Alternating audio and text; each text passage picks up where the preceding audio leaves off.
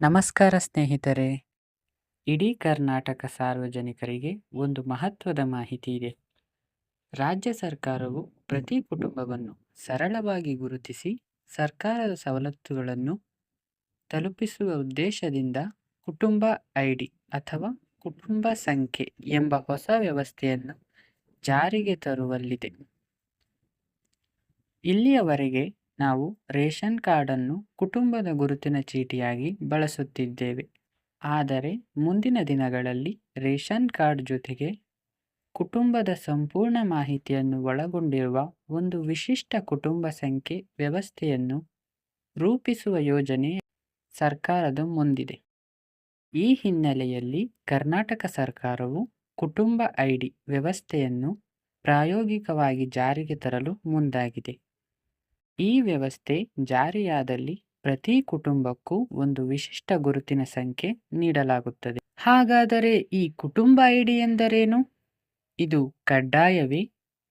ಇದನ್ನು ಮಾಡಿಕೊಂಡರೆ ಯಾವೆಲ್ಲ ಲಾಭಗಳು ಸಿಗಬಹುದು ಮತ್ತು ಇದಕ್ಕಾಗಿ ಯಾವ ದಾಖಲೆಗಳು ಬೇಕಾಗಬಹುದು?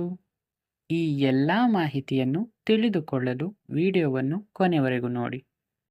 ಕರ್ನಾಟಕ ಸರ್ಕಾರವು ಪ್ರತಿ ಕುಟುಂಬಕ್ಕೂ ವಿಶಿಷ್ಟ ಗುರುತಿನ ಸಂಖ್ಯೆಯನ್ನು ನೀಡುವ ಉದ್ದೇಶದಿಂದ ಕುಟುಂಬ ಸಂಖ್ಯೆ ಎಂಬ ವ್ಯವಸ್ಥೆಯನ್ನು ರೂಪಿಸಲು ಕ್ರಮಗಳನ್ನು ಕೈಗೊಳ್ಳುತ್ತಿದೆ. ಇದಕ್ಕಾಗಿ ಕರ್ನಾಟಕ ಕುಟುಂಬ ಮಾಹಿತಿ ಮತ್ತು ನಿರ್ವಹಣೆ ಮಸೂದೆ 2025 ಬೆಳಗಾವಿ ಚಳಿಗಾಲದ ಅಧಿವೇಶನದಲ್ಲಿ ಮಂಡಿಸುವ ಸಿದ್ಧತೆ ನಡೆಯುತ್ತಿವೆ. ಈ ಕುಟುಂಬ ಸಂಖ್ಯೆಯ ಮೂಲಕ ಕುಟುಂಬವನ್ನು ಗುರುತಿಸುವುದು ಸುಲಭವಾಗುತ್ತದೆ.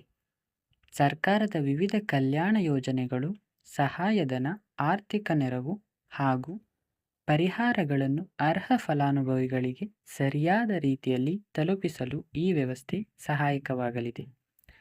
ಈ ವ್ಯವಸ್ಥೆಯನ್ನು ನಿರ್ವಹಿಸಲು ಕರ್ನಾಟಕ ಕುಟುಂಬ ಮಾಹಿತಿ ಮತ್ತು ನಿರ್ವಹಣೆ ಪ್ರಾಧಿಕಾರವನ್ನು ಸ್ಥಾಪಿಸುವ ಪ್ರಸ್ತಾವನೆಯೂ ಇದೆ. ಈ ಪ್ರಾಧಿಕಾರವು ಸರ್ಕಾರದ ವಿವಿಧ ಇಲಾಖೆಗಳ ಮೂಲಕ ಕಾನೂನಿನ ಅಡಿಯಲ್ಲಿ ಲಭ್ಯವಿರುವ ದತ್ತಾಂಶವನ್ನು ಬಳಸಿಕೊಂಡು ಸಾಮಾಜಿಕ ನೋಂದಣಿಯನ್ನು ಸಿದ್ಧಪಡಿಸಲಿದೆ.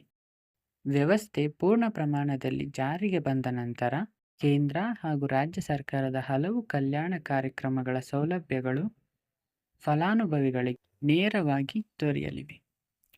ಕುಟುಂಬ ಐಡಿ ಸಂಬಂಧಿತ ದತ್ತಾಂಶದ ಸುರಕ್ಷತೆಗೆ ಹೆಚ್ಚಿನ ಆದ್ಯತೆ ನೀಡಲಾಗುತ್ತದೆ. ದತ್ತಾಂಶವನ್ನು ಬಳಸಿಕೊಳ್ಳುವ ಯಾವುದೇ ಇಲಾಖೆಗಳು ಅದರ ಉದ್ದೇಶವನ್ನು ಸ್ಪಷ್ಟವಾಗಿ ತಿಳಿಸಬೇಕಾಗುತ್ತದೆ. ದತ್ತಾಂಶ ಒದಗಿಸುವುದು ಅಥವಾ ನಿರಾಕರಿಸುವುದು ಅಧಿಕಾರ ಸಂಬಂಧಿತ ಪ್ರಾಧಿಕಾರಕ್ಕೆ ಇರಲಿದೆ.